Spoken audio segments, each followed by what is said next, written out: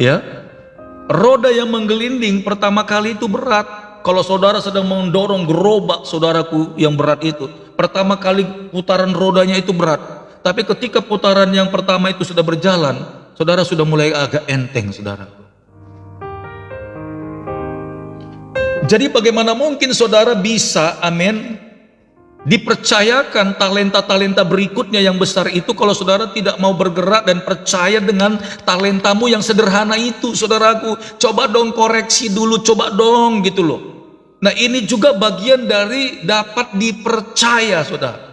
Tuhan Yesus, kami mengucap syukur berberkat Tuhan, kami siap untuk mendengarkannya. Haleluya, amin, amin, amin, amin, amin.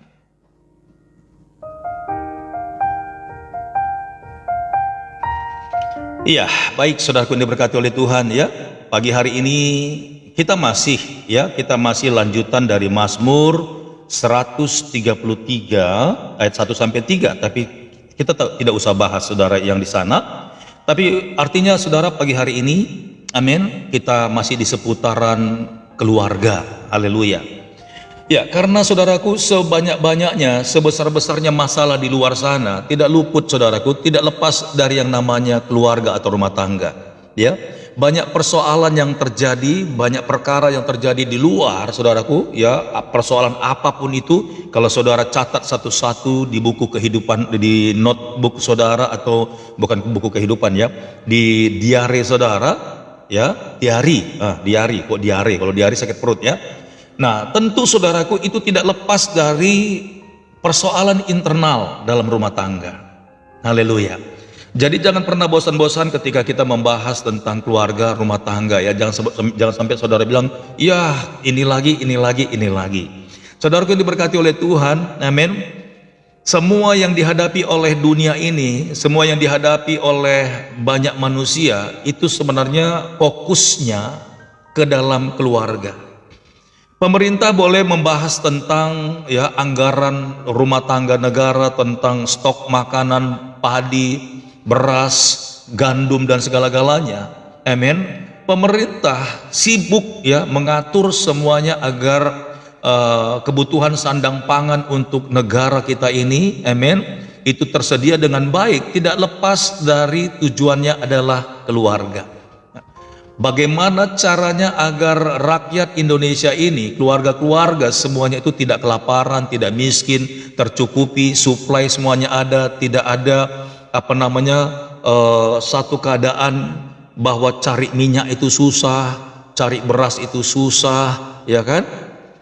Kalau negara saja memikirkan hal-hal bagaimana caranya agar kesejahteraan rakyat Indonesia yang disebut rumah tangga dan keluarga itu agar semuanya kondusif, aman dan baik, mengapa kita bosan untuk menata rumah tangga kita dan memperbaiki segala perkara yang sebenarnya menjadi pemicu, menjadi masalah dalam rumah tangga kita?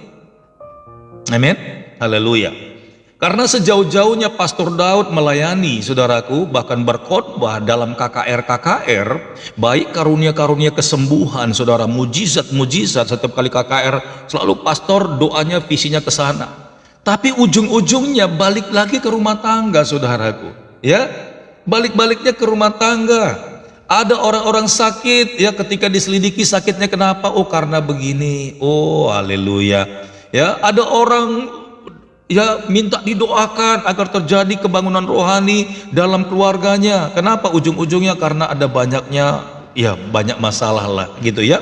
Nah, jadi kebangunan rohani, ibadah KKR saudara ataupun mujizat kesembuhan itu semuanya tidak lepas dari masalah internal. Amin. Jadi kalau tidak diperbaiki intinya saudara, pasti keluarnya itu rusak semua. Rusak semuanya. Haleluya. Mobil sekalipun di tangkinya ada banyak bahan bakar atau bensin, amin, tapi kalau karburatornya itu tidak dibersihkan saudara, karburatornya itu sebelum dia masuk ke dalam silinder pengapian mesin ya, yang namanya silinder, ada torak di sana, piston yang turun naik begini saudara. Ya, kalau karburatornya nggak dibersihkan saudaraku, itu mobil nggak jalan, bahkan jalannya itu tersendat-sendat ya, deg gitu loh. Jadi sekalipun saudara isi tangkinya sampai penuh saudaraku, tapi kalau karburatornya saudara nggak tune up, saudara nggak bersihkan, maka mobil itu nggak akan jalan saudaraku. Nah, nggak akan jalan dia. Sekalipun saudara bilang, aduh padahal saya baru ganti loh businya kemarin itu loh, tapi kok dia begini lagi ya, ngedet gitu ya. Saudara mulai hitung-hitung tangki bensinnya sudah penuh ya, kemudian akinya saudara starter, ada saudaraku ya, akinya juga bagus, lalu saudara bunyikan klaksonnya, tin tin tin tin, masih kencang saudara. Tapi kok mobilnya kok ngadat-ngadat ya jalannya ya. Ya, kalau saudara tidak langsung bereskan tuh karburator, karena karburator itu ya di sana ada saringan saudara untuk menyaring bahan bakar yang masuk ke dalam blok silinder, maka di sana ada apa namanya, ada kotoran-kotoran yang akhirnya ketika ditarik sama kompresi, udaranya itu dia agak berat karena ada tertutup di atasnya itu. Nah itu harus dibongkar, saringan bahan bakarnya diganti saudara. Haleluya. Lalu setelah nanti salurannya itu lancar dari tangki ke karburator, lalu ketika piston bergerak, kemudian dia disedot udara yang bercampur dengan bensin itu, baru terjadi yang namanya pembakaran setelah dipetik sama busi. Amin. Nah, jadi kenapa Pastor Daud ini seperti dibawa Tuhan untuk pemberesan salah satu masalah penyebab di dalam kehidupan kita ini, saudara. Amin. Nah, banyaknya terjadi perceraian di luar sana, saudara, itu bukan serta-merta karena kesalahan dari salah satu pihak. Contohnya ini kejahatan suami gitu ya, atau juga ini kesalahan istri. Bukan saudara ya, yang di luar sana maksudnya ya, bukan karena matanya jelalatan saja gitu ya, bukan saudara. Haleluya. Tapi ada alasan yang terpenting di dalam keluarga yang membuat ya kehidupan rumah tangga itu akhirnya ya tidak karu-karuan di luar sana, tidak karu-karuan gitu ya. Nah, salah satunya saudara yang paling penting yang menjadi pemicu persoalan dalam rumah tangga, kira-kira ada nggak yang tahu? Coba, ada nggak yang tahu? Istri bisa ngawur loh di luar sana, suami bisa ngawur loh di luar sana. Kira-kira ada nggak sih? Ada nggak yang tahu pemicu yang paling penting, yang paling sering dalam rumah tangga itu apa, saudara? Kadang-kadang tidak pun urusan perjinahan, ya perceraian bisa terjadi loh. Ya, suami-suami nggak kuat, istri-istri apalagi lebih nggak kuat dia. Udahlah kita pisah aja lah kalau begitu. Saya tidak kuat untuk ya melanjutkan rumah tangga ini kalau kita menderita begini terus. Haleluya. Iya, selamat pagi ya buat Ibu Foni. Ada yang tahu saudara, apa sih sebenarnya inti persoalannya? Hati dan pikiran. Ya, oke. Hati dan pikiran is oke, bisa juga ya. Tapi hati dan pikiran sama-sama punya hati, sama-sama punya pikiran. Tapi apa sih penyebabnya gitu loh, sehingga hatinya itu akhirnya terganggu, pikirannya terganggu, saudara. Iya, tidak ada kejujuran. Wow. Oke, Precious bilang keuangan. That's good. Ya, benar sekali saudaraku. Keuangan itu udah nggak salah lagi. Ya, kalau kejujuran itu bawaan dari lahir, saudara. Ya, bawaan dari lahir dan itu bisa dipelajari. Tapi kalau untuk keuangan ini, saudara, ini butuh yang namanya kesepakatan. Amin. Untuk keuangan ini bisa apa namanya, harus dibutuhkan kesepakatan, saudara. Ekonomi Pak, betul, Pisces ya. Gara-gara ada kuasa kegelapan. Itu nomor kesekian kuasa kegelapan ya. Kurang komunikasi. Oke. Baik ya. Sebenarnya sudah dijawab tadi ya. Keuangan, saudaraku. Haleluya. Keuangan. Dari awal, saudara, dari awal pernikahan itu dimulai, ini menjadi syarat yang penting sebenarnya. Syarat yang penting. Amin. Keuangan ini, saudaraku. Haleluya. Pastor Daud bilang begini ya, kayak pengajaran yang di awal kemarin, bahwa jangan cari istri atau cari suami itu standarnya kaya. Karena kekayaan itu tidak menjamin, betul saudaraku. Kekayaan itu tidak menjamin. Oke, ya, tapi pertanyaannya, ada banyak orang berani menikah dengan perempuan yang wajahnya biasa-biasa saja, tapi perempuan itu sudah kerja. Oke, artinya sandarannya ada di keuangan. Tapi motivasi yang pertama jangan sampai karena uang itu maksud saya pengajaran di awal. Tetapi tidak bisa dipungkiri saudara, ternyata setelah berjalannya waktu, saudaraku, berjalannya waktu, ternyata keuangan atau ekonomi ini menjadi satu dasar yang sangat-sangat kuat, yang sangat-sangat penting untuk dipikirkan, saudara. Karena nggak mungkin rumah tangga bisa berjalan tanpa adanya keuangan, itu pasti, ya, itu pasti. Kehidupan ini ternyata tidak pernah lepas dari yang namanya keuangan. Makanya ada banyak ya suami-suami gara-gara dia tidak bisa menghasilkan keuangan, atau mungkin karena dia punya uang yang banyak, akhirnya jatuh dalam dosa. Atau sebaliknya, kalau dia tidak punya, atau mungkin bisa dikatakan penghasilannya tidak ada, maka bisa jadi juga dia memutuskan ya, karena dia tidak percaya diri, nganggur terus begitu ya, akhirnya dia mulai ngaco, saudara. Begitu juga istri-istri, siapa yang tahan dijadikan istri, ternyata suami tidak berpenghasilan. Ada di sini istri-istri yang betah kalau suaminya nggak punya penghasilan. Coba saya mau tanya saudaraku, ya Pastor Daud dua arah dulu ini ya. Adakah di sini yang nonton ini 400-an orang ini, ada nggak di sini istri-istri yang betah menjadi istri yang baik, suaminya tidak punya penghasilan? Iya, itu Dor Mauli bilang begini, uang bikin damai dan uang juga bikin ribut. Kalau Ibu Nerli yang ada di Malaysia kira-kira mau punya suaminya tidak punya penghasilan dan berbetah-betah sampai puluhan tahun? Pasti jawabnya tidak. Amin. Ada pastor, kata Ibu Foni. Wow, berarti itu satu di antara 1000 ya. Kalau ada istri-istri yang mau, ya mungkin karena suaminya kelewat ganteng kali ya. Sekalipun suaminya itu nggak berpenghasilan, lihat suaminya terus gitu ya, cukup puas dia. Atau mungkin karena kalau istrinya itu ya artinya punya penghasilan, dan ya nggak apa-apa lah, kamu nggak usah kerja lah, santai aja di situ, biar aku yang kerja. Kalau ada istri begitu, saudara, itu istri yang luar biasa. Itu istri itu malaikat, saudaraku. Ya, oke. Tapi jawabannya saya adalah kalau di rumah tangga tuh nggak ada uang, gitu loh, ya, nggak ada uang, suaminya nggak berpenghasilan, istri jadi istri aja. Saya tahu maksudnya Ibu Foni itu, ya ada yang mau begitu, tapi istrinya itu punya penghasilan. Oke. Dan artinya istri harus berjuang juga untuk mencari yang namanya keuangan atau uang atau ekonomi. Haleluya. Ya.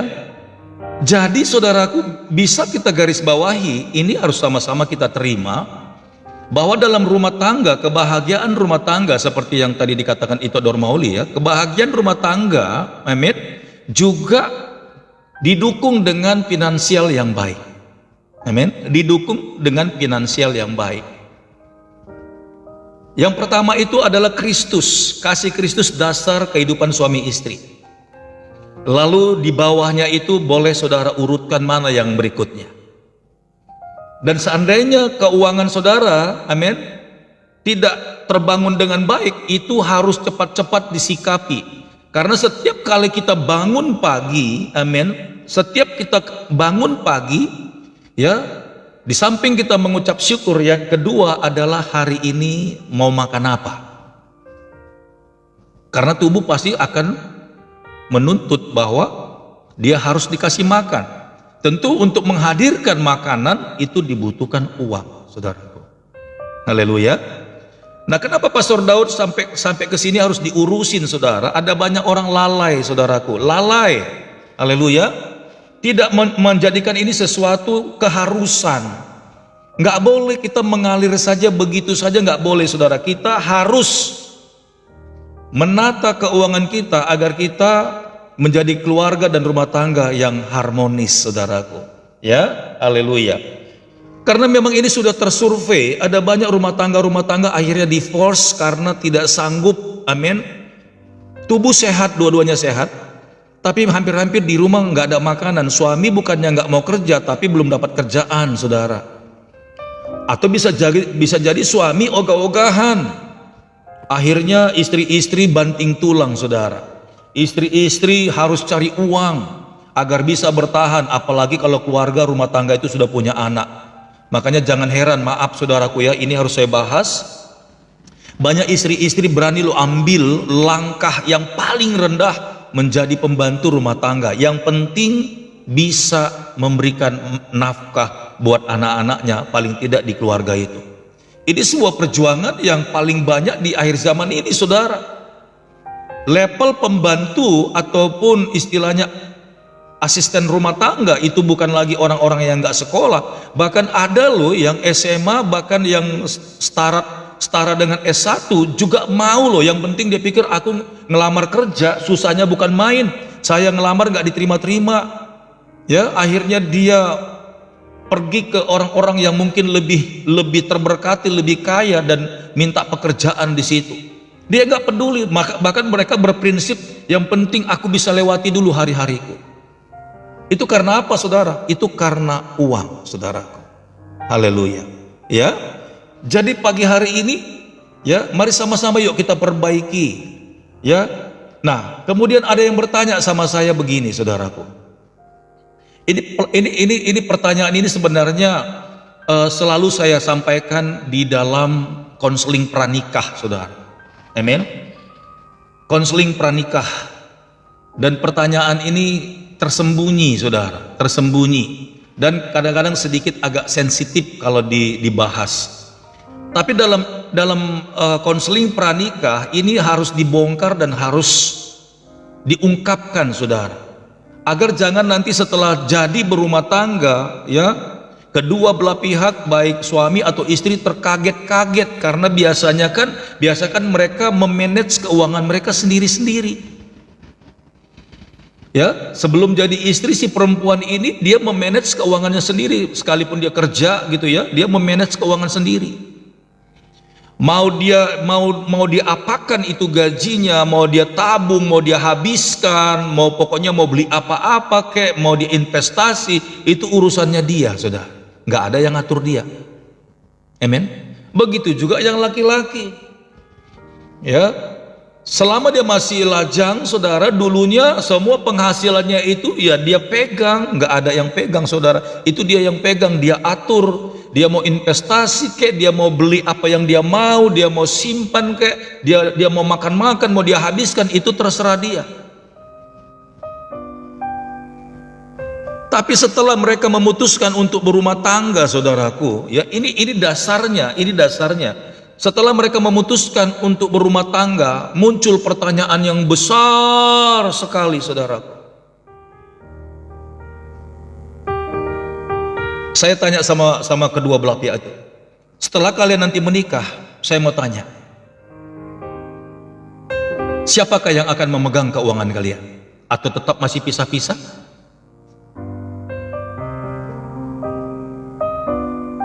Kedua-duanya bingung, saudara. Kedua-duanya nggak berani ngomong.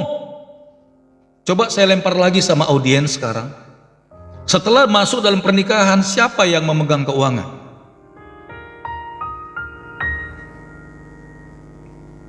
Kalau ini tidak dibuat sebuah standar kerajaan Allah, saudaraku.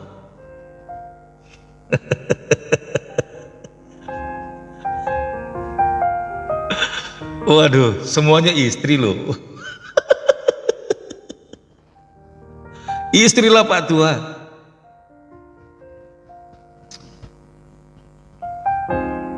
Ini sudah mulai ada yang ketawa ini. Coba pikirkan dulu dong baik-baik, pikirkan dulu baik-baik, saudaraku. Ini pertanyaan ini bukan pertanyaan yang asal-asal buat, bukan, saudara. Istrilah pastor pendeta. Biasanya sih istri. Nah, Ibu Lani Malau sedikit agak gimana ya? Agak ngeri-ngeri sedap dia jawabnya. Kerukunan rumah tangga katanya. Nah, ini ada yang jawab ini. Kata Eva, Pak Tua, kadang suami juga ada.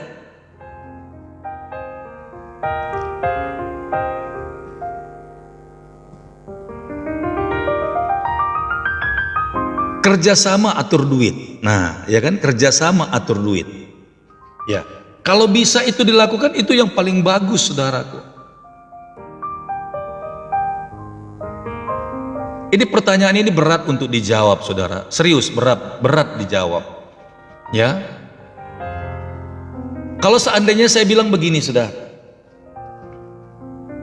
Ada istri-istri bilang begini, ya udah papa aja lah yang atur uang. Tapi tidak kondisi marah loh, saudara. Ada istri-istri bilang begitu, aku percayakan keuangan kita ini papa yang pegang. Ada suami-suami juga bilang, ya udah aku percaya mama aja yang pegang. Ketika mereka sudah menikah, ya udah mama aja yang pegang. Ini Eli Martinus, aku banget pastor. Maksudnya aku banget ya apa, Bu? Yang jelas dong. Istri dikasih jatah uang belanja tiap bulan, pastor. Selebihnya sama suami sisa gajinya. Oke, baik ya. Saya ambil tengah-tengah, saudara. Sebenarnya, jujur ya, kebiasaan pada umumnya, keuangan itu diserahkan kepada istri. Keuangan itu diserahkan kepada istri, itu jelas. Tapi, ada tapinya, saudara. Saudara jangan marah kalau ini diungkapkan, karena ini kebenaran dan ini pengajaran, saudara. Keuangan itu diserahkan kepada istri kalau, amin,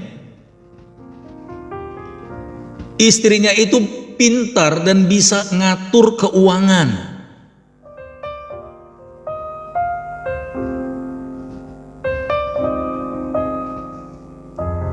Itu yang penting, saudaraku. Bukan kepada siapa. Amin.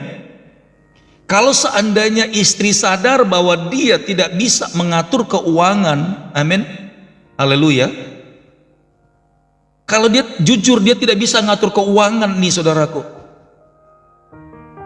Ya, saudara bikin apalah alasannya, mau boros, nggak bisa hemat, atau mungkin orangnya kelewat baik gitu ya, atau yang nggak penting pun pokoknya dia kasih aja, pokoknya dia lepas aja. Saya mau bilang sebanyak apapun gaji suamimu pasti akan habis, nggak sampai sampai ujung bulan, saudaraku. Tuh, Ibu Leni Malau bilang betul sekali, Amang Pastor, katanya betul sekali. Jadi seharusnya yang terbaik adalah siapa yang paling sadar ketika dalam rumah tangga itu dimulai, siapa yang lebih sadar sebenarnya.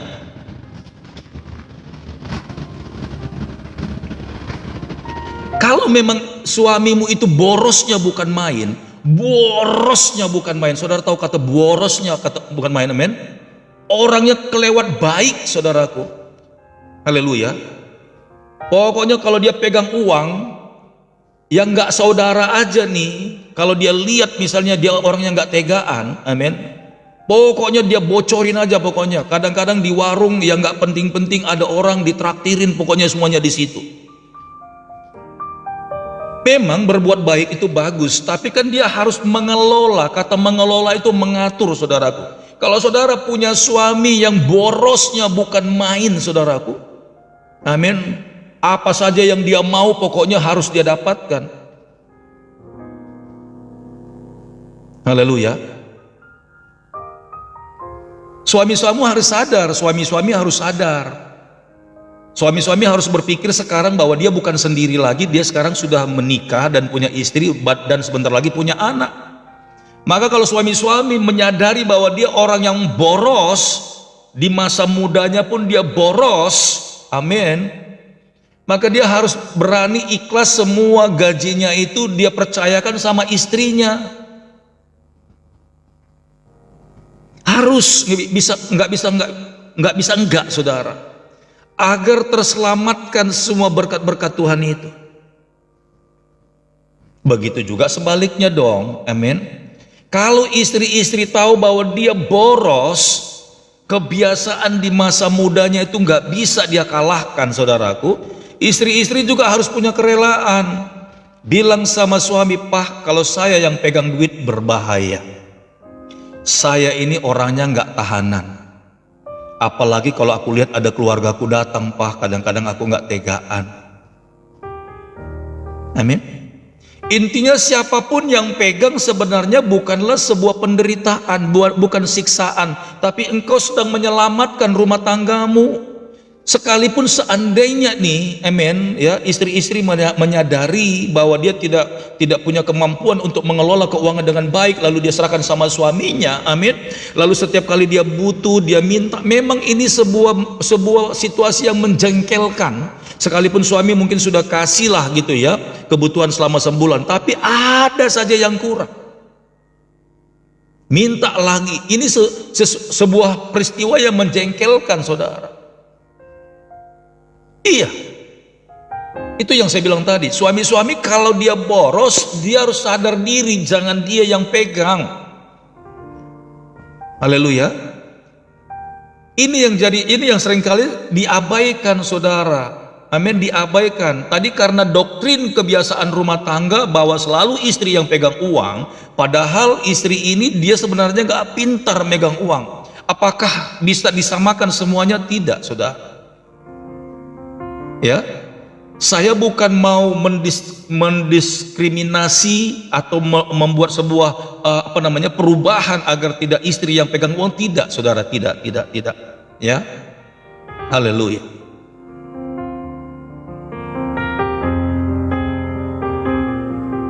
Serius, ini serius, saudara. Intinya siapa yang paling patut untuk memegang keuangan adalah orang yang dapat dipercaya.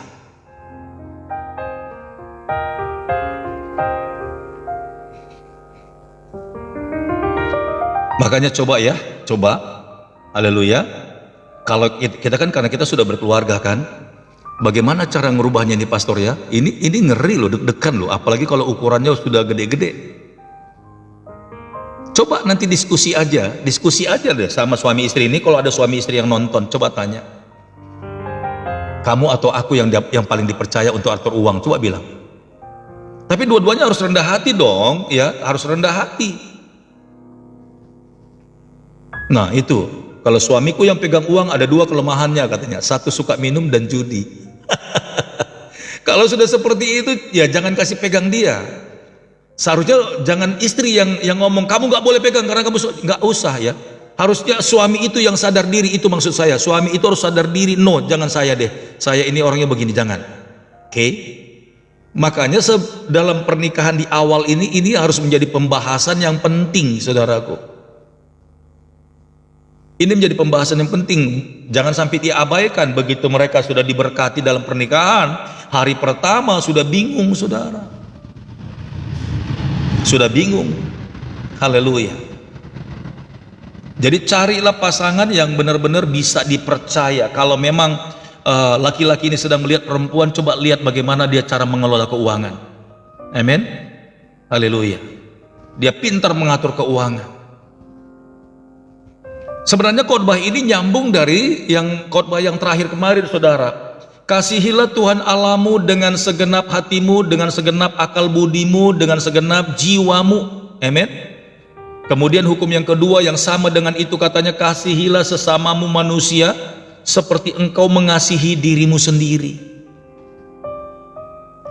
Jadi dalam pengaturan keuangan ini pun, saudara, hukum itu berlaku, saudaraku, berlaku.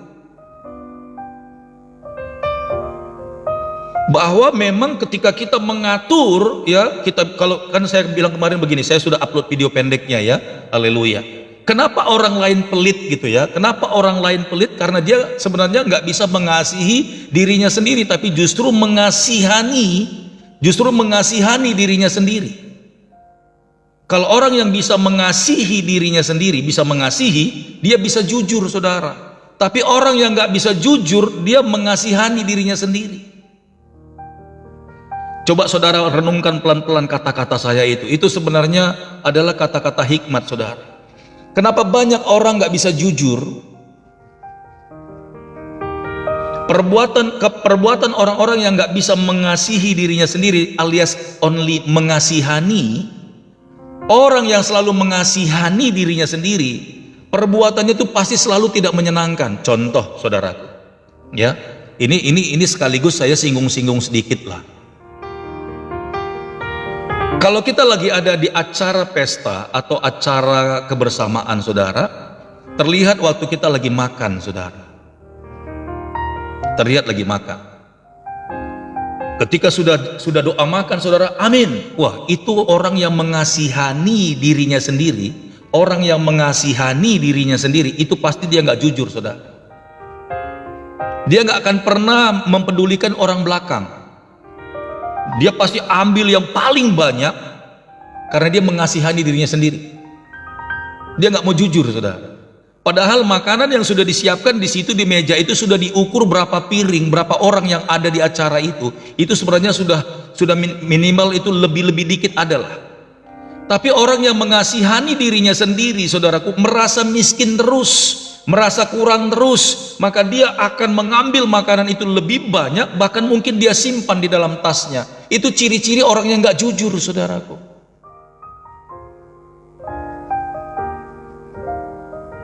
Tapi kalau orang yang bisa mengasihi dirinya sendiri, amin, dia akan tampil dengan sederhana, saudara.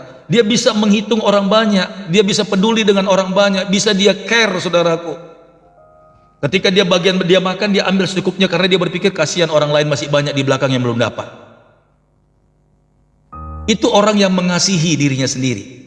Tapi kalau orang mengasihani dirinya yang suka mengasihani, nanti aku beginilah, nanti beginilah, kan beginilah, itu selalu perbuatannya itu pasti nggak menyenangkan, saudara.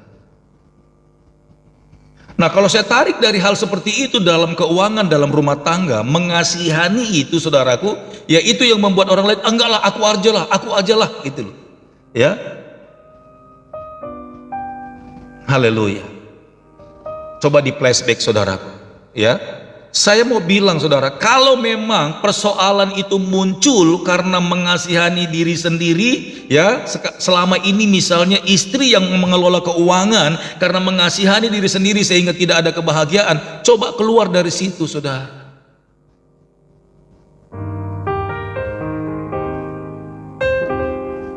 Jangan paksakan, engkau tidak akan terberkati di situ.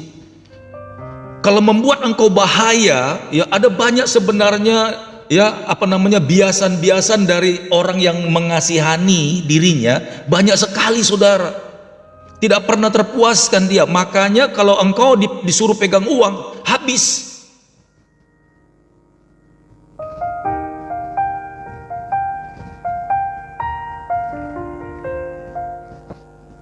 Ya, jadi pernah suami istri bertanya sama saya, sebenarnya itu pantulan dari pertanyaan suami istri. Mereka lagi menjalani hidup, ya, mereka sudah menikah kurang lebih 15 tahun. Tapi sepanjang 15 tahun itu suaminya menghasilkan sebenarnya, jujur, saudara, ya, ini tidak saya karang-karang. Sekalipun ini satu persoalan rumah tangga saya bawa ke atas dan untuk kita bahas hari ini, dan ini menjadi pembelajaran bagi kita semuanya yang mendengarkan. Suaminya itu sebenarnya gajinya besar, saudara. Tapi ketika mereka menikah 15 tahun lebih, suaminya tuh bingung, saudara. Suaminya tanya, saudara, sudah berapa banyak uang yang ada di tanganmu, sayang? Istrinya bilang telak-telakan, loh, nggak ada. Lah, kok nggak ada? Padahal kita cuman berdua doang. Suaminya bisa hitung-hitung, saudara. Gajinya dia berapa, kemudian dia serahkan sama istrinya, dan istrinya kalaupun misalnya makan di rumah, iya, ya, suaminya tahu makanan apa aja yang disuplai, dan kalaupun mereka jalan-jalan ke restoran, berapa nilainya mereka bisa ikutin, dan suaminya tahu bahwa sebenarnya lebih, setiap bulan lebih. Suaminya tanya, untuk apa, bang? Ya, aku ada rencana mau beli, anggap aja lah mobil gitu, ya, yang paling besar lah. Mau dibilang sepeda motor juga nggak apa-apa. Tapi istrinya bilang nggak ada. Lah, kemana duitnya? Kalau seandainya itu saudara ditanya sama suami, ditanya kemana duitnya, Jelas gaji yang dikasih oleh suami itu banyak, saudara. Dia orang proyek. Tapi kok nggak ada? Nah, suami istri ini datang sama saya bertanya, memang kenapa kok kalian persoalkan itu? Iya, karena setelah sekian tahun kami menikah, setahu saya uang gaji saya kasih penuh, karena saya dapat lemburan, saya dapat lagi ada namanya langsam dari perusahaan dari proyek. Jadi gaji saya nggak tersentuh, saya kasih sama istri saya. Tapi selama 15 tahun kami menikah, saya tanya sama istri saya ini, duitnya tabungannya juga nggak ada. Halo?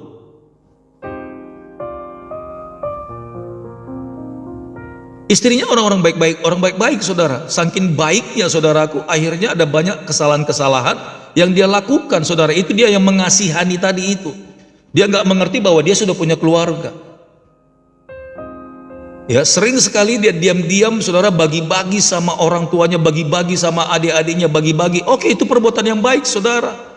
Tapi seharusnya nggak boleh begitu saudara. Harus ada standar gitu loh, bahwa ketika seseorang sudah menikah dengan pasangannya, itu harus fokus ke atas saudaraku. Bahaya, itu sangat bahaya. Tapi ini yang sering sekali terjadi. Belum lagi nanti dibahas, memang kamu belanja apa saja, kamu kemanakan itu uang, itu sering sekali terjadi saudara. Lalu diam-diam mereka datang sama saya bertanya, sebenarnya siapa sih yang paling pantas untuk memegang keuangan? Akhirnya sampai ke situ pertanyaannya, jujur loh saudara. Mereka ingin mendapatkan solusi yang terbaik agar keluarga ini sehat.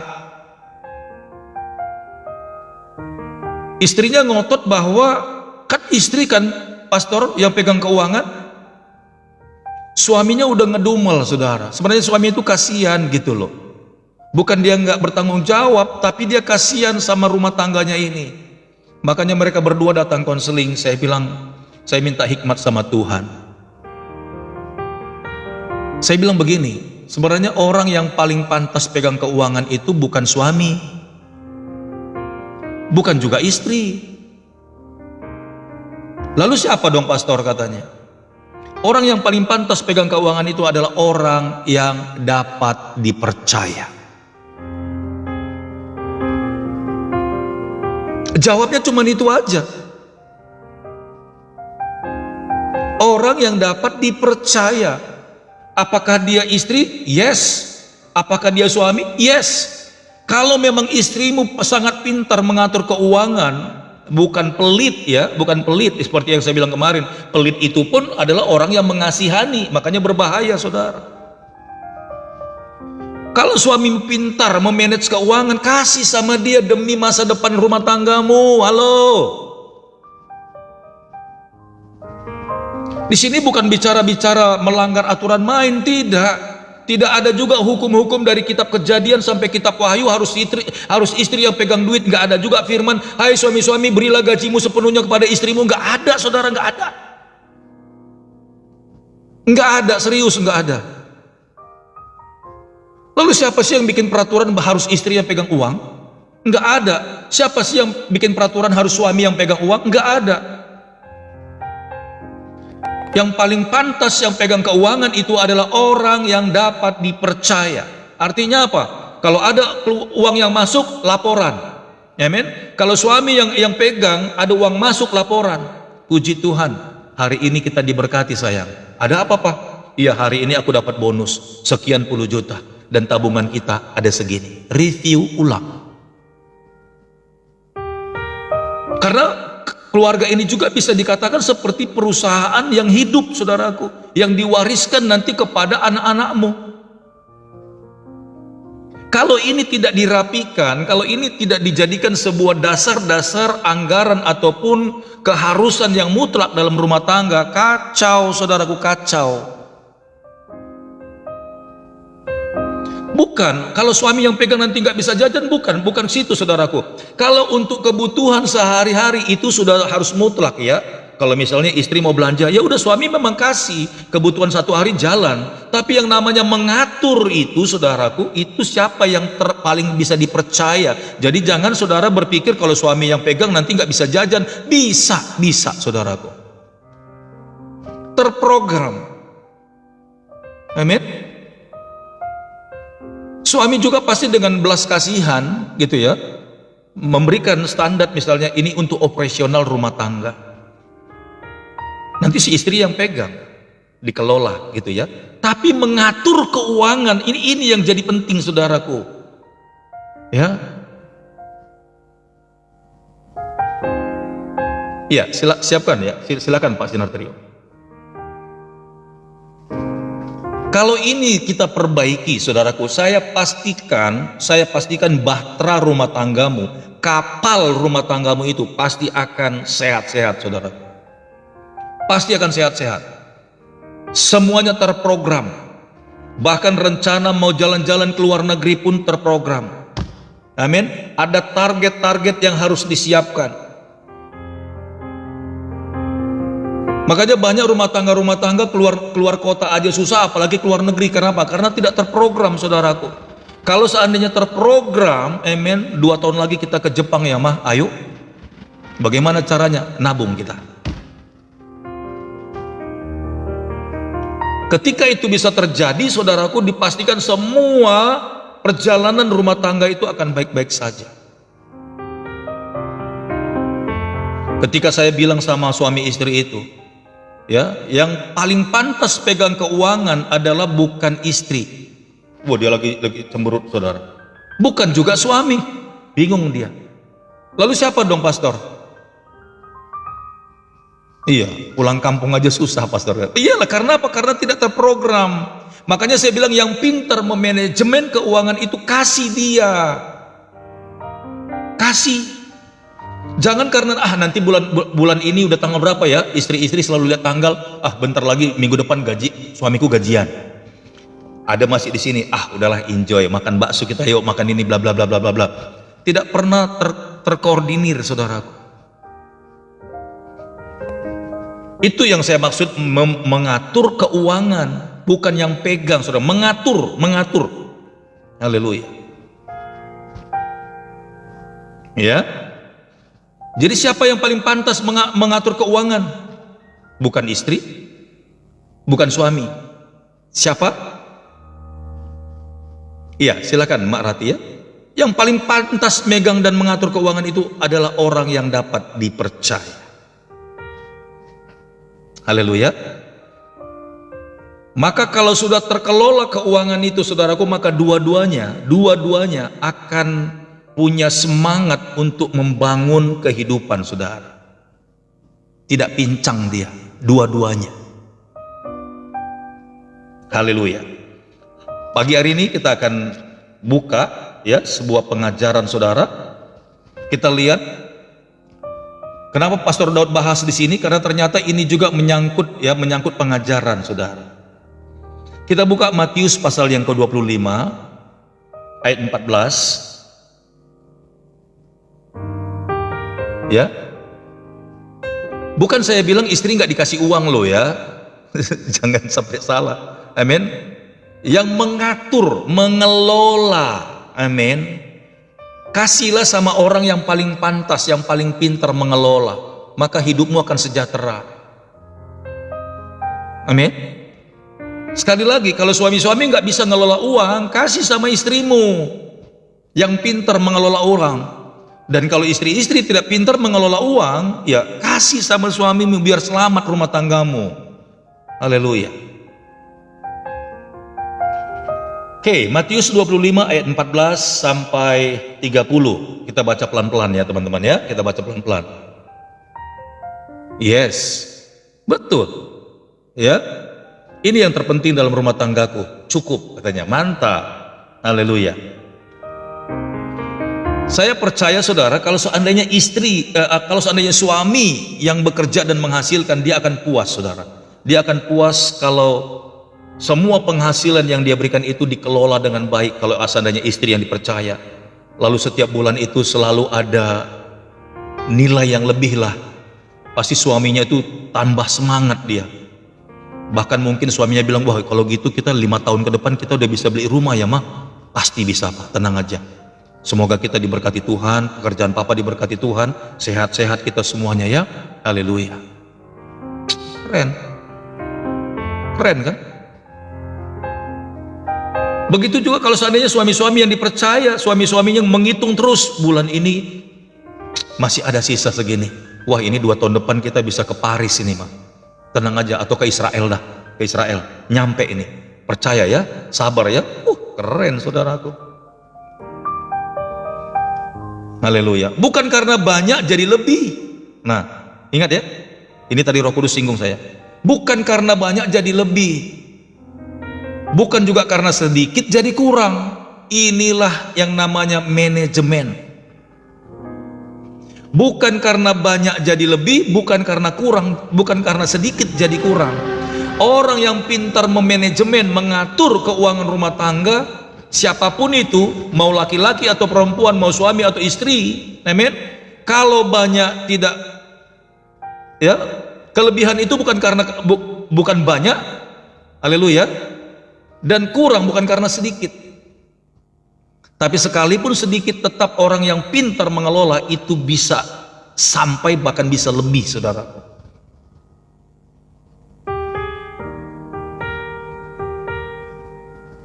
Iya, apalagi kalau dua-duanya boros. Nah ini nih dikatakan ini. Ada juga istri boros tapi suami boros juga, jadi berantakan tetap miskin. Itulah, itu penyakit itu namanya kutuk kemiskinan itu. Kutuk kemiskinan bukan serta-merta ya diwariskan dari leluhur, tapi itu juga karena pola hidup saudara.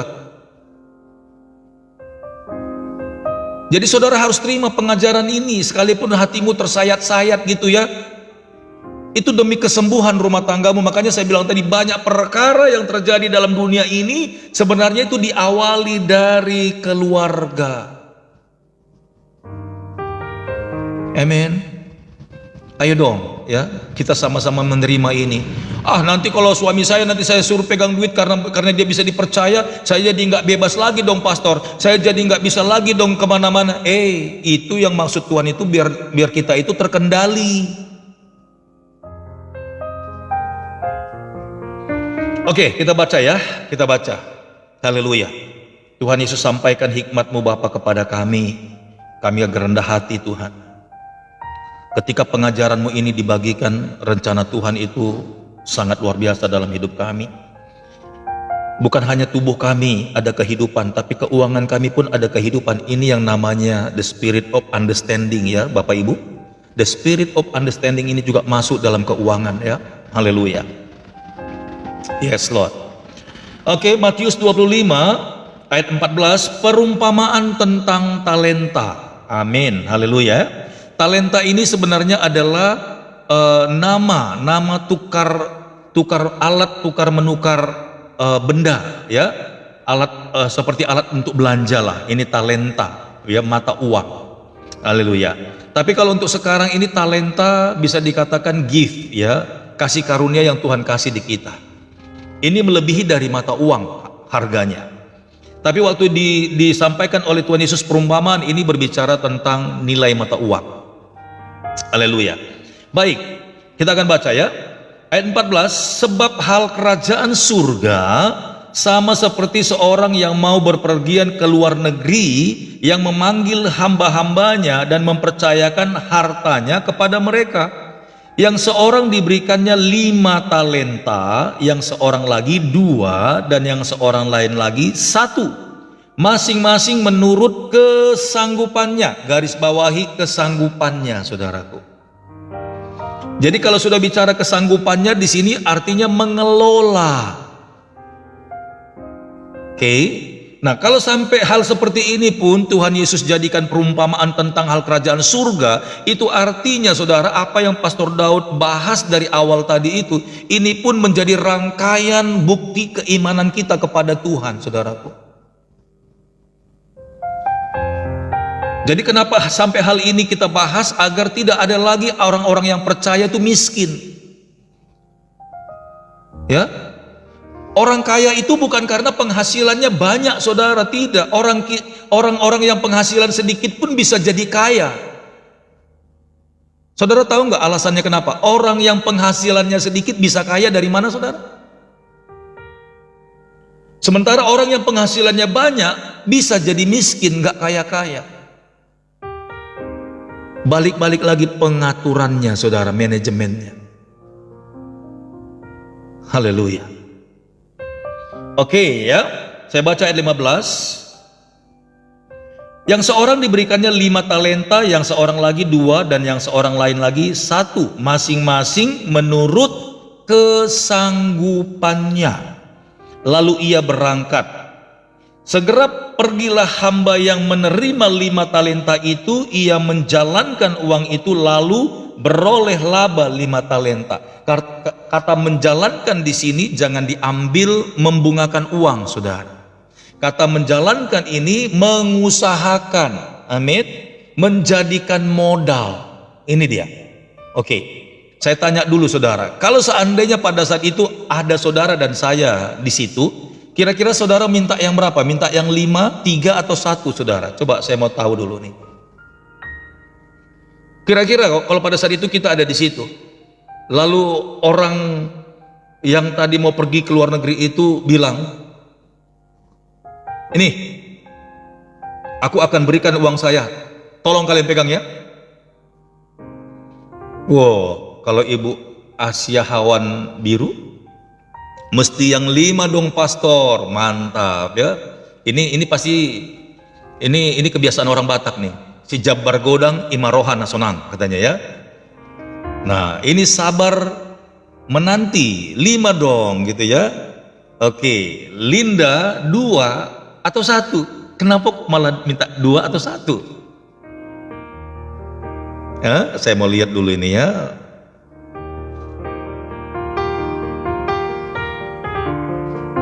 Iya benar ya. Nah ini Ibu Ria Tiba bilang benar sekali Pastor Daud. Kalau tidak kita batasi, apa yang kita lihat ya hancurlah semua. Iya, makanya terimalah nasihat ini ya, terimalah nasihat ini. Amin. Ya, ini bukan membungakan uang, bukan ya. Kata di sini saudaraku saya ulang karena ada banyak orang salah mengartikan cerita ini sehingga akhirnya membungakan uang itu. Ya ini kan firman Tuhan kan bilang harus menjalankan uang katanya. Menjalankan uang, mereka tidak tahu saudara. Ya. Menjalankan uang kalau mereka ambil ke arah membungakan uang, ya, itu tidak terberkati. Karena mengambil darah keringatnya orang, saudaraku, yang kesusahan. Tapi kalau mengusahakan tadi, talenta tadi itu mengusahakan, kita bekerja, saudaraku. Bagaimana caranya yang dikasih ke kita ini berkembang gitu loh, bekerja. Haleluya, tanpa ada bersinggungan dengan meminjam orang miskin dan bla bla, ngambil keuntungan dari sana. Kita harus bekerja, mengusahakan itu. Jadi orang salah kalau ini dijadikan membungakan uang. Oke, saudara ada yang bilang tadi 5, ada lagi yang 3, 1 aja deh Pastor Daud, 1 aja deh katanya. Oke, nggak apa-apa ya. Saudara mau minta 5, mau minta 3, mau minta 1, mau minta 2, di sini nggak ada disebut 2 ya. Sebenarnya kita sih mau minta 5. Tapi Tuhan tahu, saudaraku, Tuhan tahu banget siapa kita di hadapan Dia. Itu yang penting, saudaraku. Ya, Tuhan tahu banget kita ini siapa. Yang jadi masalah adalah saudaraku, amin, di hadapan Tuhan, saudara dan saya ini punya kemampuan untuk mengembangkan 5 talenta. Perhatikan baik-baik. Di hadapan Tuhan, saudara dan saya ini, Dia tahu kita ini sanggup menjalankan 5 talenta. Tapi saudara nggak pernah menyadari bahwa kemampuan itu ada di dalam hidupmu. Makanya kita miskin terus. Kata mengelola keuangan ini itu bukan serta-merta uangnya sudah ada lalu dikelola, tidak saudara. Tapi bagaimana caranya mengembangkan keuangan di dalam rumah tanggamu sehingga engkau akan terus bertambah-tambah dan berlipat-lipat, itu juga manajemen, saudara.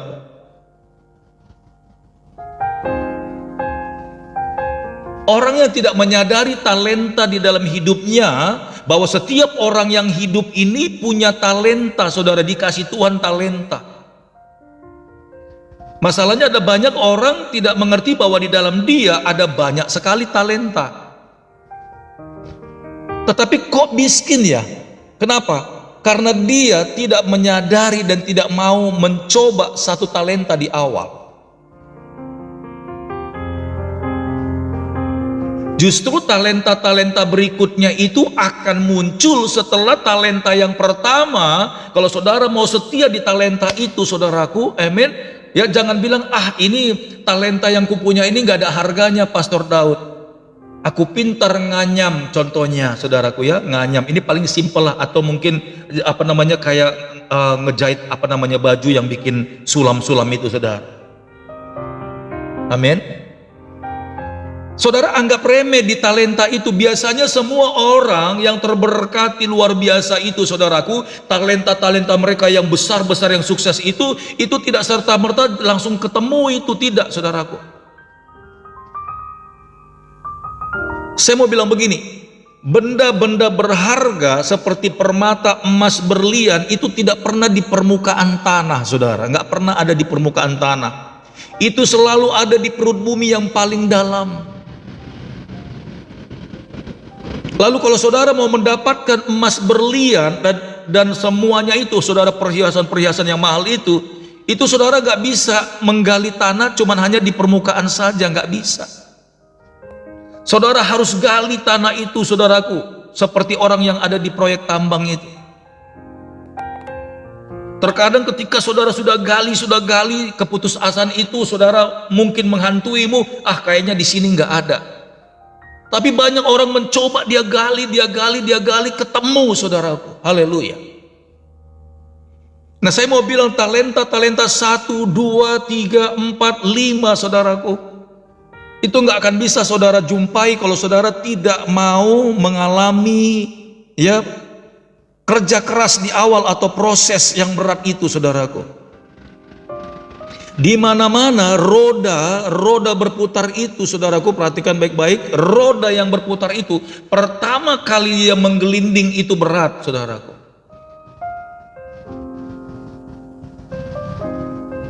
Ya, roda yang menggelinding pertama kali itu berat. Kalau saudara sedang mendorong gerobak, saudaraku, yang berat itu, pertama kali putaran rodanya itu berat.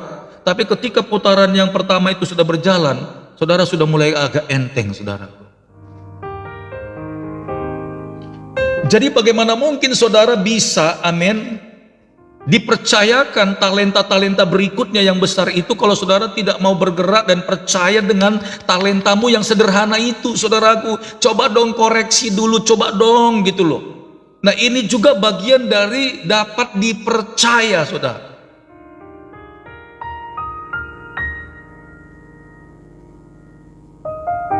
Ya, coba saya akan bacakan terus ya. Segera pergilah hamba yang menerima 5 talenta itu, ia mengusahakan, menjalankan itu, ia mengusahakan uang itu lalu beroleh laba 5 talenta. Hamba yang menerima 2 talenta itu pun berbuat demikian juga dan berlaba 2 talenta. Tadi dikatakan di situ kesanggupannya. Kenapa si tuan kaya itu memberikan 5 talenta kepada orang itu? Karena dia sudah melihat dia mampu mengelola uang itu, dia sanggup karena dia sudah running, saudaraku. Tapi ketika dia kasih kepada orang yang satu orang lagi, dia kasih 1, kenapa? Karena kesanggupannya nggak ada, saudaraku. Makanya dia cuma kasih 1. Orang yang memberikan talenta itu tahu betul kalau dia kasih 5 pasti sia-sia. Ini dia coba 1 dulu gitu loh. Silakan Ibu Suci ya. Tapi anehnya dikasih 1 pun, kita lihat ya. Ayat yang ke-18, tetapi hamba yang menerima 1 talenta itu pergi dan menggali lubang di dalam tanah lalu menyembunyikan uang tuannya itu. Lama sesudah itu pulanglah tuan hamba itu lalu mengadakan perhitungan dengan mereka. Hamba yang menerima 5 talenta itu datang dan ia membawa laba 5 talenta. Katanya, Tuan, 5 talenta Tuan percayakan kepadaku, lihat aku telah beroleh laba 5 talenta. Maka kata tuannya itu kepadanya, baik sekali perbuatanmu itu, hai hambaku yang baik dan setia. Engkau telah setia dalam perkara kecil, aku akan memberikan kepadamu tanggung jawab dalam perkara yang besar. masuklah dan turutlah dalam kebahagiaan Tuanmu. Lalu datanglah hamba yang menerima 2 talenta itu, katanya, Tuan, 2 talenta Tuan percayakan kepadaku, lihat aku telah beroleh laba 2 talenta. Maka kata tuannya itu kepadanya, baik sekali perbuatanmu itu, hai hambaku yang baik dan setia. Engkau telah setia memikul tanggung jawab dalam perkara yang kecil, aku akan memberikan kepadamu tanggung jawab dalam perkara yang besar. Masuklah dan turutlah dalam kebahagiaan Tuanmu. Ayat 24. Kini datanglah juga hamba yang menerima 1 talenta itu dan berkata, Tuan, aku tahu bahwa Tuan adalah manusia yang kejam, yang menuai di tempat di mana Tuan tidak menabur, dan yang memungut dari tempat di mana Tuan tidak menanam. Ayat 25. Karena itu aku takut dan pergi menyembunyikan talenta Tuan itu di dalam tanah. Ini terimalah kepunyaan Tuan. Maka jawab tuannya itu, hai kamu hamba yang jahat dan malas. Lihat, hamba yang jahat dan malas. Jadi penyakit malas itu sebenarnya kejahatan di mata Tuhan loh, saudara. Ya, ingat nih, kemalasan itu adalah kejahatan di hadapan Tuhan. Tuhan gak suka dengan orang malas.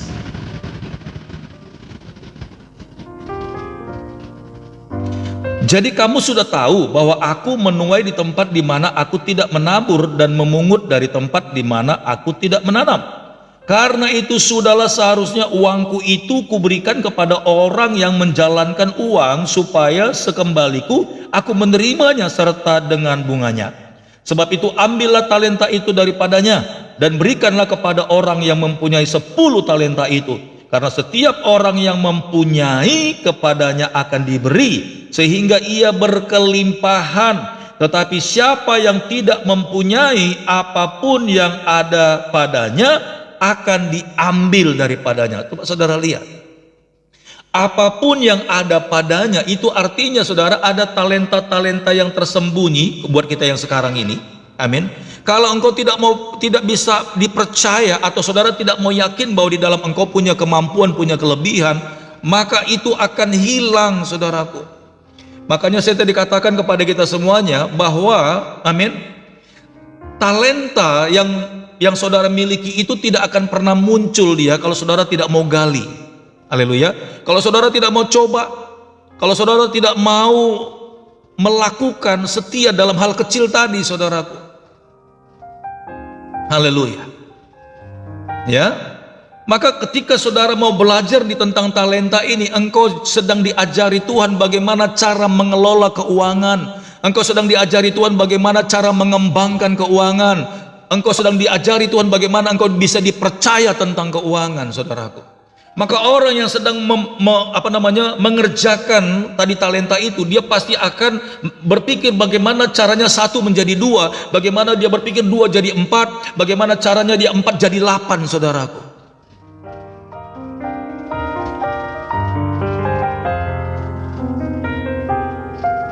Haleluya.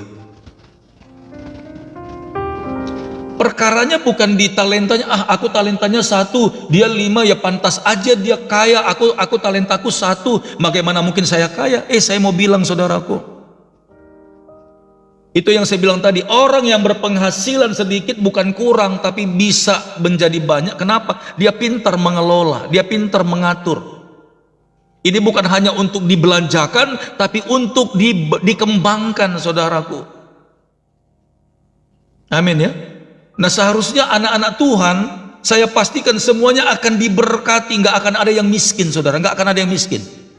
Semua anak-anak Tuhan, kalau dia tahu firman Tuhan, kalau dia mengikuti perintah Allah, pasti semuanya itu orang-orang yang diberkati Tuhan, nggak ada yang peminta-minta.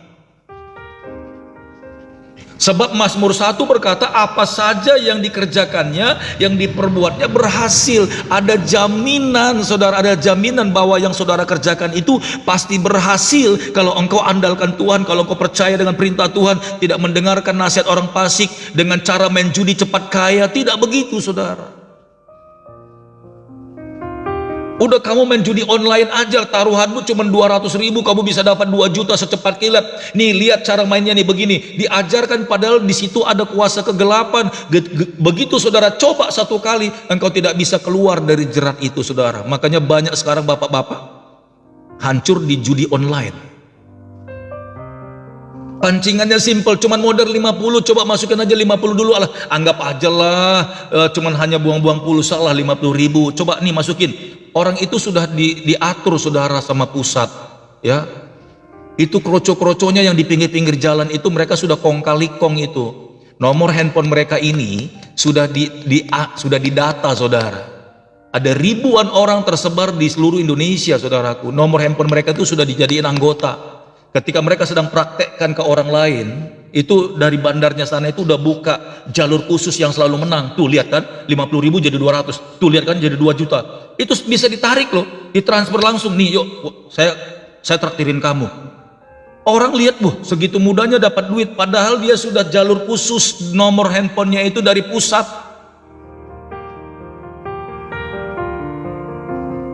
Ketika orang mulai terperangkap di situ, saudaraku, penasaran, kalah terus. Jual mobil, jual sawah, jual ini, waduh, mengerikan saudara. Haleluya.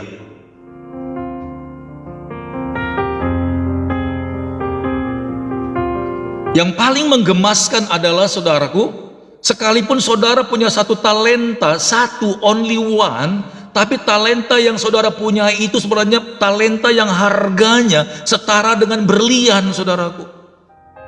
Ada banyak orang 5 talenta dia punyai, tapi talentanya itu kecil-kecil. Mungkin dia bisa masak, ya kan, paling untungnya berapalah. Mungkin dia bisa jahit baju, ini lumayan juga talentanya. Mungkin dia bisa salon, puji Tuhan. Ya semua 5 talenta itu bisa dia kerjain. 5-5-nya aktif saudaraku, 5-5-nya jalan.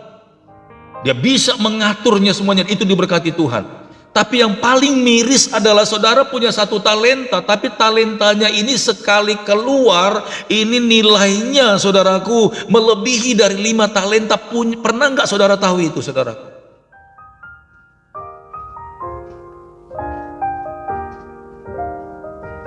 Haleluya. Mungkin pada saat ini saudara mulai tersadar, oh my God, berarti talentaku itu yang satu itu berarti sebenarnya harganya kalau dia jadi, wow. Sama seperti seorang pelukis saudaraku. Seorang pelukis itu dia taunya cuma hanya bisa melukis. Dia duduk dari pagi sampai malam itu melukis. Dan satu lukisan itu dia kerjakan nggak bisa sehari, kadang-kadang bisa sampai 7 hari saudara. Amin. Kalau Pak Presiden minta foto natural saudara sama istrinya dilukiskan sama pelukis, nggak bisa selesai 1 hari, 7 hari. Saudara tahu satu lukisan itu bisa sampai 50 juta saudara. Sementara yang punya 5 talenta itu ngumpulin 50 juta, itu berbulan-bulan 5 talenta. Sementara satu talenta cuma satu dia, tapi dia fokus, dia tekun di situ, dia belajar dan dia terus berjuang di proses di situ. Awalnya tidak terasa, tidak ada hasilnya, tapi setelah dia jadi saudaraku, haleluya. Jangan anggap remeh dengan talenta yang satu itu, jangan dikubur, jangan dipendam, jangan disembunyiin.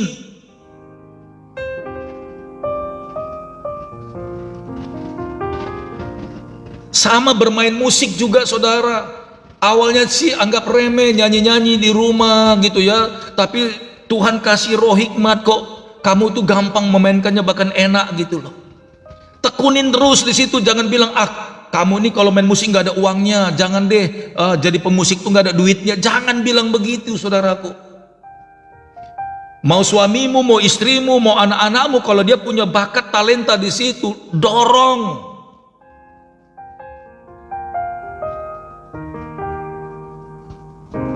Amin. Sebenarnya Tuhan itu tahu, artinya gini saudara ya, Pastor Daud dan saudara semuanya itu di mata Tuhan itu sudah tahu.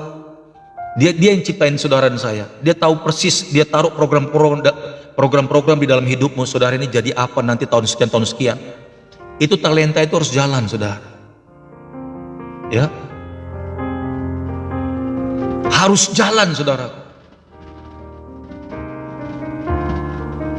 Ayo digali, harus digali, ya.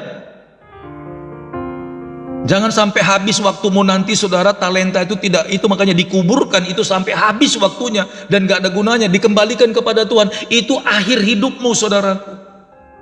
Ketika si pemilik uang itu datang, katanya datang, halo, datang, itu akhir dari hidupmu. Jangan sampai telat.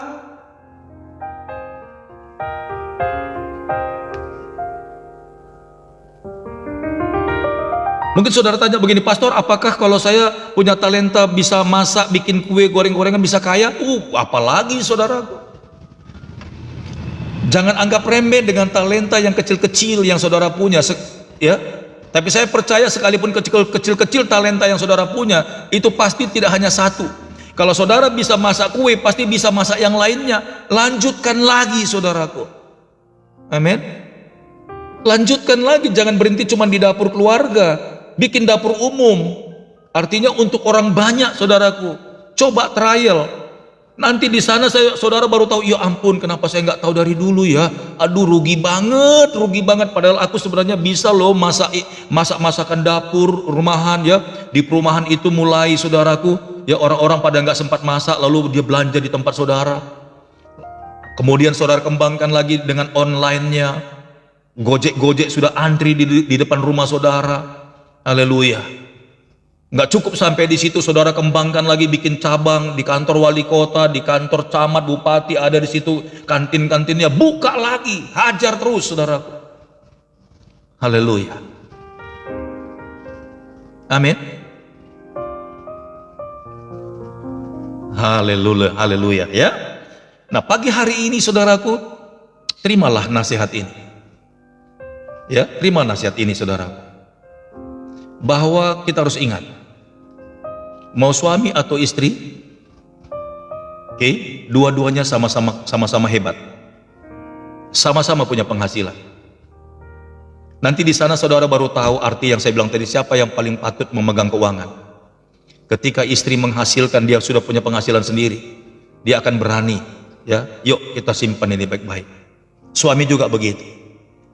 Saya percaya rumah tangga yang punya konsep yang benar seperti ini, saudaraku, tidak pincang, pasti akan diberkati Tuhan. Pasti akan diberkati Tuhan. Sebab apa saja yang mereka kerjakan, Tuhan jadikan berhasil. Haleluya, haleluya. Ya, iya, makanya kalau tidak sefrekuensi dengan suami, seharusnya suami mendengarkan khotbah ini. Amin, biar dia tahu.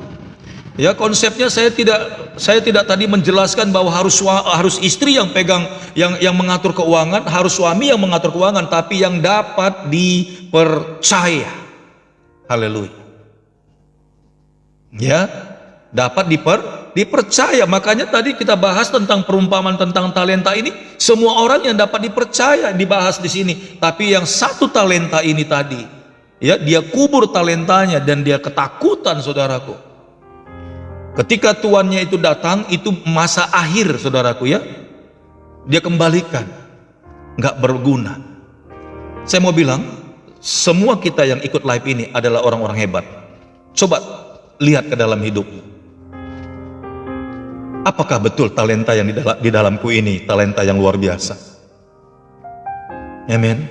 Coba, selama tanganmu masih bisa bekerja, lakukan.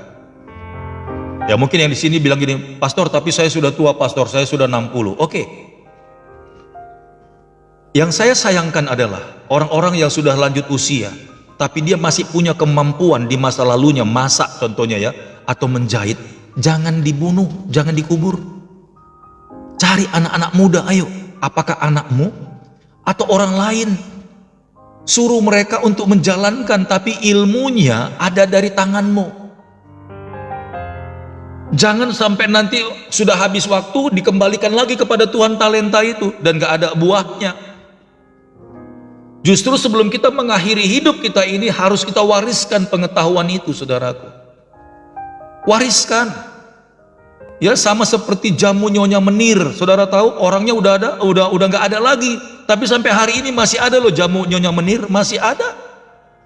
Diteruskan sama siapa? Diteruskan sama anak-anaknya. dengan ukuran ramuan resep yang dia sudah buat itu dan gak hilang, saudara. Ada banyak orang tidak mau membagikan ilmunya, ada banyak orang tidak mau membagikan rahasianya sampai dibawa mati. Sayang, saudaraku.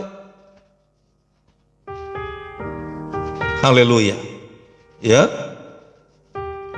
Sekalipun usia sudah lanjut, coba ingat-ingat, oh iya pastor, saya tuh kalau bikin kue, pokoknya nampol tenan. Kalau Pastor Daud dekat rumah saya, dekat rumah Oma bikinin, pasti Daud pasti minta nagih nambah lagi. Haleluya. Saya kalau udah dengar begini kadang-kadang saya suka gregetan, ya Oma bagi-bagi ilmunya, jangan simpan-simpan. Oma kalau bikin makanan enak banget pokoknya. Bagi-bagi. Amin. Ajarkan kepada orang-orang yang di bawah, biar talenta itu berkembang, diwariskan, saudara. Haleluya. Nah, orang-orang yang hidup dalam keberkatan ini, saudara, tidak akan takut kekurangan berkat. Amin. Jadi orang-orang yang diizinkan Tuhan dalam langkah kehidupan seperti ini, pasti hidupnya diberkati Tuhan, tidak akan ketakutan, saudara. Nah, orang yang fokus dengan uang terus, itu yang sering sekali rumah tangga itu hancur, saudara. Hancur. Sibuk dengan tambah lagi, kok kurang. Tapi kalau dua-duanya melakukan standar ini, saudaraku, setia dalam perkara kecil, amin, orang yang bisa dipercaya mengelola keuangan pasti akan mengembangkan uang itu, saudara. Dapat dipercaya, bukan disimpan rapat-rapat, bukan, mengatur keuangan. Jadi istri harus punya kerelaan, ya udah papa pegang, bahkan ya udah kembangkan terus usahanya. Nanti istri juga punya talenta yang lain, ayo dikembangkan, terus dikembangkan lagi, dukung terus sampai dua-duanya sama-sama kuat, saudara. Haleluya, haleluya. Sampai di sini pengajaran kita. Tuhan Yesus memberkati. Amin, amin, amin, amin, amin, amin. Praise the Lord. Baik, kita akan masuk di ruangan untuk konseling ya. Haleluya. Baik. Semoga pengajaran yang barusan kita dengar, saudara, dapat saudara terima ya,